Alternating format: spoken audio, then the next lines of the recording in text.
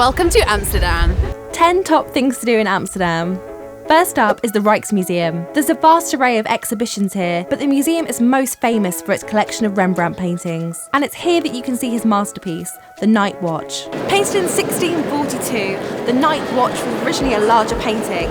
However, when it was moved to the town hall in 1715, it had to be chopped down so that it could hang perfectly in its new location. The Rijksmuseum is really popular, and the queues can get really long.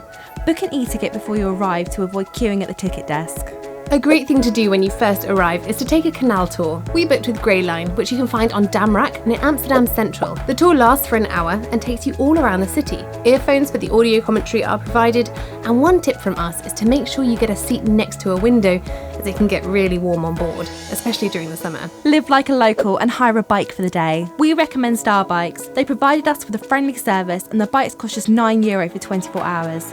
Anne Frank's house is on Prijzengracht in central Amsterdam. It's where the teenager wrote the famous diary of her experience hiding with her family from the Nazis for almost 2 years during World War II. No cameras are allowed to be used inside, as the museum believes that photography disturbs the emotional experience of the visit. And as for tickets, from 9:30 till 3:30, entry is only available to those who have booked an online time slot. You can buy tickets on the gate between 3:30 and closing, but by then the queue will have got really big, so we recommend booking it online first.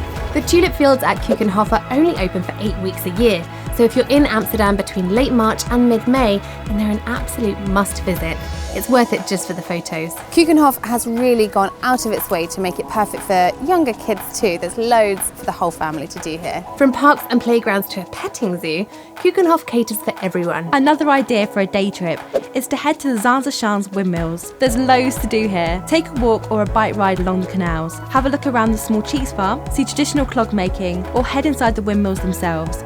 We're inside the Sandsmollen. It's the last remaining paint windmill in the world. To get in, it costs €4 for an adult and €2 for a child. Next, we're heading back into the city centre to the Vincent van Gogh Museum. Born in 1853, Van Gogh was one of the leaders in the post-impressionist movement, and it's here in this museum that you'll find the largest collection of his artworks, including the famous sunflowers. The museum is open every day from 9 a.m, and closing times vary by season. The busiest times are in the middle of the day, between 11 and 3, so visit outside of these hours for the best experience.